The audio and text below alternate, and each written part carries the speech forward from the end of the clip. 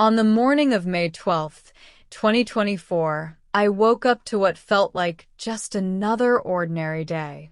The warm sunlight streamed through my bedroom window, lighting up the walls and making the whole room feel bright and cheerful. Outside, the world was already awake and buzzing with activity. I could hear birds singing their cheerful songs, as if they were welcoming the day. The soft hum of car engines in the distance added to the morning sounds, and I could just make out the friendly chatter of neighbors talking as they started their day. Everything felt calm and alive, like the perfect start to a new day. I had no idea of what was to come. My routine was as ordinary as ever. Breakfast, a quick glance at the news, and preparing for the day ahead. But as I sipped my tea, a sharp, searing pain gripped my chest. It was unlike anything I had ever felt before, hot and overwhelming, as if my very heart was being torn apart from within. I clutched at my chest, gasping for air, the edges of my vision beginning to blur. Panic set in, but it was quickly overtaken by something else, a sense of inevitability. My knees buckled, and before I knew it, I was falling, the teacup slipping from my hand and shattering on the floor. The sound seemed distant, echoing in a way that made it feel surreal. Darkness crept in, not from outside, but from within, consuming everything in its path. At first, the darkness was just that, empty, void, and infinite. But as I fell deeper, it began to shift and take form. Shadows flickered and danced, stretching and twisting into shapes that defied comprehension. The air felt heavy, oppressive, and cold, yet I was drenched in sweat. I tried to move, to scream, but my body no longer obeyed me. The silence wasn't empty. It was alive.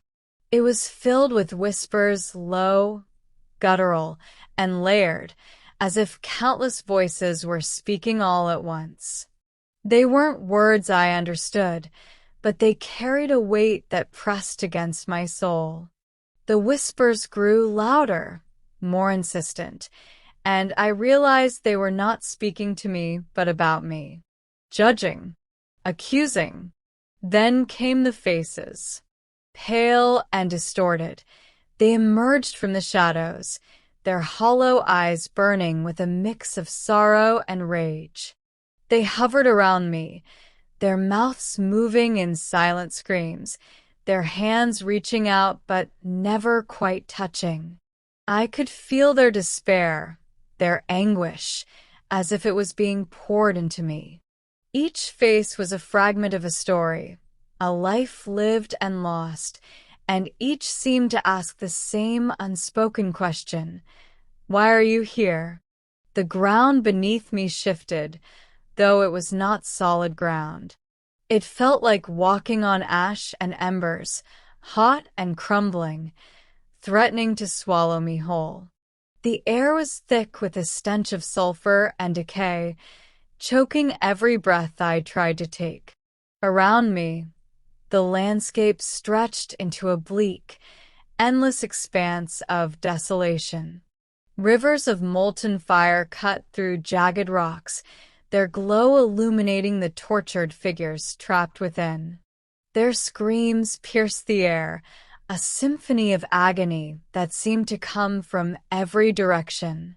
As I stumbled forward, I saw them, souls writhing in torment, their forms twisted and broken in ways that defied nature.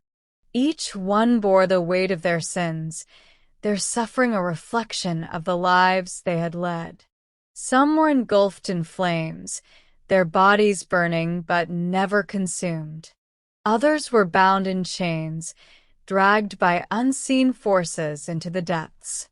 Yet their eyes, those hollow, desperate eyes, never left me, as if pleading for salvation I couldn't give. And then I saw him. Amidst the chaos, a figure stood apart, shrouded in an eerie light that seemed to both illuminate and obscure him. His face was unmistakable, though it bore an expression I had never imagined. Muhammad, the prophet I had revered my entire life, stood before me, his eyes filled with sorrow, his demeanor heavy with an unspoken burden. When he spoke, his voice was neither kind nor harsh, but resolute. "You have been deceived," he said, his words cutting through the cacophony like a blade. "The path you walked was not the path of truth. Salvation is not where you sought it." His words struck me like thunder, each syllable resonating with a painful clarity. I wanted to protest, to ask what he meant, but my voice was lost. All I could do was listen as he revealed truths that shattered the foundation of everything I had believed. "You were given a choice," he continued, his gaze piercing.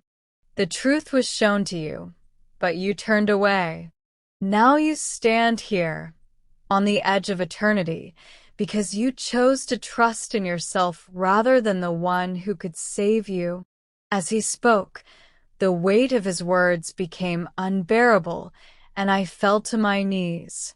The whispers, the screams, the shadows, they all closed in, wrapping around me like a suffocating shroud. This was no dream. This was no vision. It was a confrontation with the deepest parts of me, with every choice, every doubt, and every denial. It was a battle I wasn't sure I could win. The darkness was no longer just around me. It was within me, consuming everything I thought I knew about myself, about life, and about the afterlife. And yet, even in the depths of despair, a faint glimmer of light appeared. It was distant and fragile, like a single star in an endless night sky, but it was there. For the first time, I felt something beyond fear, hope. A name formed on my lips, one I had never spoken with conviction before: Jesus. As I wandered, memories rose unbidden, moments of joy, regret, and love, all tinged with a strange clarity. In that moment, I understood. The afterlife isn't about reward or punishment. It's a reckoning, a place where the truth of who we are lingers, waiting to be faced. The landscape of hell was unlike anything I could have imagined. It wasn't fire or brimstone, but something far worse, a place where everything felt wrong. Shapes moved in the distance, shifting shadows that seemed alive but never fully formed. The silence was the worst part. It wasn't empty. It was full of whispers and faint cries, like the echoes of forgotten souls trapped in this place. Every step felt like a struggle, like the ground itself wanted to swallow me whole. As I moved through the shadows, I began to notice them, the tormented souls. Some wandered aimlessly, their steps heavy as if they were carrying an unbearable weight. They didn't acknowledge me, didn't even seem to see me. They weren't just figures in the distance. They were reminders of what this place truly was, not just hell, but a prison of the soul where every regret, every mistake, became a weight too heavy to bear. In the midst of the shadows and despair, he appeared, a figure unlike anything else in that forsaken place. Muhammad stood there, calm and steady, his presence cutting through the darkness like a beacon. He wasn't glowing or otherworldly. He was simply there, yet it felt as though the very air shifted around him. He didn't speak at first, but his gaze held mine, and in that moment, The chaos around me seemed to pause. When he finally spoke, his voice was steady, a quiet strength that carried through the silence. His words were simple, but they resonated, as though they were meant for more than just my ears. His appearance was brief, but it left a mark. When Muhammad spoke, his words carried a weight I could hardly comprehend. He went on to speak of Jesus as the only begotten Son of God, a phrase I'd heard before but never truly understood. In this moment, it became more than just words. Muhammad's tone wasn't one of debate but of reverence, as if this truth was beyond any argument. Finally, he spoke of the cross and its significance, and I could feel the weight of it in my own soul. As he spoke, I felt something shift within me. These revelations weren't just teachings. They were a lifeline, a way to understand the darkness and, perhaps, find my way out of it. I didn't see it at first, but I could feel it, the presence of something malevolent, lurking in the shadows. Its eyes, if they could be called that, burned into me with a hatred that felt ancient, personal. The encounter wasn't physical. It was a battle within. It tried to pull me into its darkness, whispering lies that felt like truths. I didn't defeat it. I wasn't strong enough for that. But I resisted.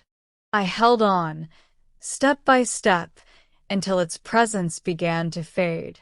I realized then that the darkness had no true power over me. It thrived on fear, on doubt, on my refusal to let go. But now, with this revelation, I felt something shifted. As I held on to that truth, the shadows began to recede. The weight lifted, and I saw a light in the distance, faint at first but growing brighter with each step I took. Finally, I emerged, leaving the darkness behind. I wasn't the same as when I entered. The journey had changed me, but the final revelation had saved me. Immediately, I came back to myself and found myself in the hospital. I want believers to understand that life is fleeting, and every moment we are given is an opportunity to draw closer to God and fulfill His purpose for our lives.